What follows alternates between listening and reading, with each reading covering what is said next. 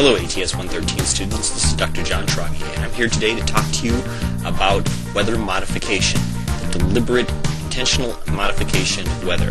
This is different than inadvertent weather modification, which we'll talk about in a later lecture, in which weather is modified accidentally by people. But in this case, we're talking about deliberate weather modification. So the definition we're going to just pull out of the book here is that intentional weather modification is deliberate human intervention to influence atmospheric processes that constitute the weather. In other words, to alter the weather for human purposes. Now, man has been trying to modify weather for a long time. In fact, a lot of religious activity is an attempt to modify the weather. For example, rain dances and prayers are often ways in which the practitioner is trying to modify the weather. Same with like sympathetic magic. Sympathetic magic is when the practitioner is trying to act like what they want is already happening. For example, you know those rain sticks that you can get at the gift store, where it's usually some kind of big stick and you turn it upside down and it kind of makes a showering noise as the little pebbles move up and down the inside of the stick. That's an example of sympathetic magic. It's making a noise that sounds like it's already raining. And a lot of times in indigenous cultures, sympathetic magic is an important way of trying to modify the weather. But of course, we're not going to be talking about those kinds of weather modification in this class. We're talking about using more scientific strategies for weather modification. And today's lecture, we're going to talk about three main strategies for modifying the weather. Just to briefly state them before we go on, we're going to be talking about using energy to forcibly alter the weather, or modifying the land surface and the water surface to change its interaction with the atmosphere, or we'll be talking about the triggering or intensifying of natural atmospheric processes. So yeah, there's a little bit of a misspelling word on there. The triggering or intensifying of natural atmospheric processes. Okay, so our first main strategy is going to be forcibly altering the weather. This is going to be just using brute force to move air where you want it to be or change the temperature of the air. And as a simple example of this, suppose you wanted it to be warmer and you wanted to use an intense heat source to warm up the air. Okay. In general, this kind of strategy doesn't work. Let me give you an example. Let's suppose you wanted it to be warmer today than it is right now. So here's the current weather map, and let's say you wanted it to be warmer. And so you fly a satellite past the location. See the satellite up there in the top right corner of the screen? And let's say the satellite somehow or other can use energy to warm up the atmosphere. So the satellite sends out some kind of beam.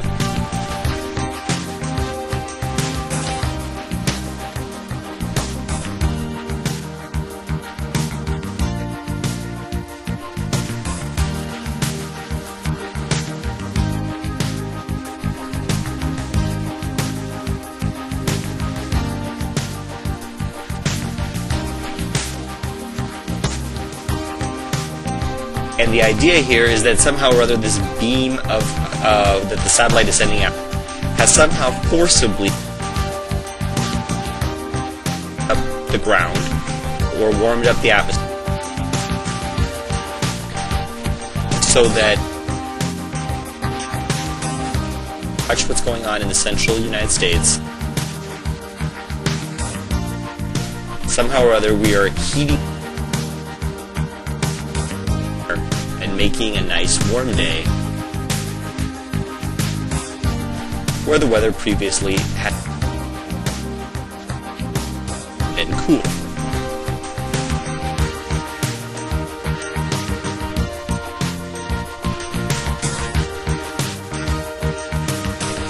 Okay, it's a great idea, but it wouldn't ever work, and no kind of weather modification will ever work this way. The amount of energy involved is just too great. You can't just heat up an entire air mass. It would take the energy of thousands of atomic weapons to heat up an air mass. The atmosphere is just too big. The amount of heat involved is just too great. Same with, like, for example, let's say you wanted to heat the area up by bringing a warm air mass to the north. The amount of energy it would take to, like, set up a great big fan or something that would move a whole air mass is just far more than is realistic under any real conditions. So this kind of forcible weather modification on a large scale just is never going to happen. On the other hand, there are some small ways in which we can forcibly modify the weather. For example, we can mix layers of air using helicopters, and this can be done in order to reduce fog. For example, see that I have this layer of fog here on the screen above the ground? If we fly in a helicopter above this layer of fog, the downdraft from the rotors of the helicopter mix the drier air from above the fog layer with the moist air below the fog in the fog layer. You mix these two layers of air, resulting relative humidity is slightly less than 100%, and the fog evaporates. So then the helicopter flies over more area, and more area, and more area, and rapidly the fog layer is dissipated. Now you couldn't do this over, say, a whole city, but you can reduce the amount of fog, say, over the runways at a military airport, which can be very important and worth spending the energy to do. You can clear the fog out over a big bridge, for example, which can be a nice way to keep the bridge open on a foggy day. So this can be used in very small ways, but you couldn't dissipate the fog over a large area using a helicopter. And these two slides it'll kind of illustrate a similar process. Now here there's no helicopter involved.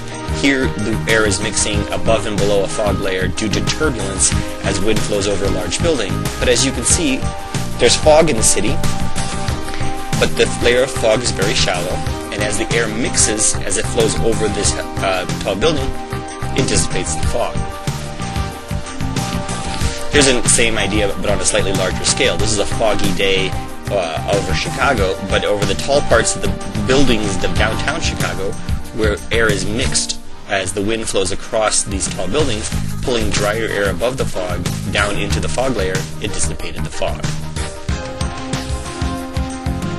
Broadly speaking, our second main strategy when it comes to weather modification is going to involve altering the surface of the Earth. All of the heat in the atmosphere comes from the surface of the Earth. Remember, the sun doesn't warm the atmosphere, the sun warms the Earth. Then the Earth warms the atmosphere by long-wave radiation and by conduction. And so if you can make modifications to the way the Earth and the atmosphere interact, you can have powerful influences on the atmosphere.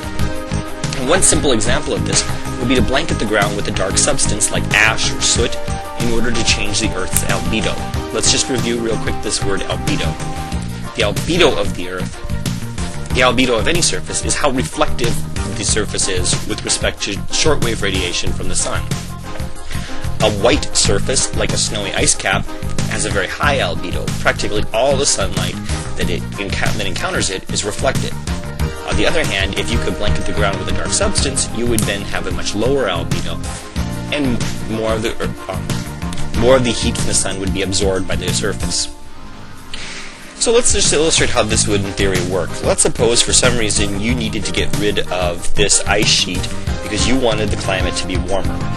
Now actually going out and forcibly melting all of this ice would just take an impossible amount of heat. On the other hand, part of the reason why there's ice there is the ice is a very bright white color, and it is reflecting most of the shortwave radiation from the sun. So if you could scatter something like dust or ash or soot over the ice, like this, you've now lowered the albedo of the surface. More of the sun's radiation would be absorbed by the ice would warm up, and the ice would melt. Nowadays we tend to think about the world in terms of global warming, that the planet is getting warmer fast. But actually through most of the 60s and 70s, there was some evidence that the planet was actually cooling. And scientists developed this idea of covering ice sheets with soot as a way to combat a new coming ice age. And so the idea was that as ice was going to be blocking important rivers or important ocean navigation routes, they were going to scatter soot or dust onto the ice, and it would melt the ice. Which, by the way, in fairness, in long term, like in the scale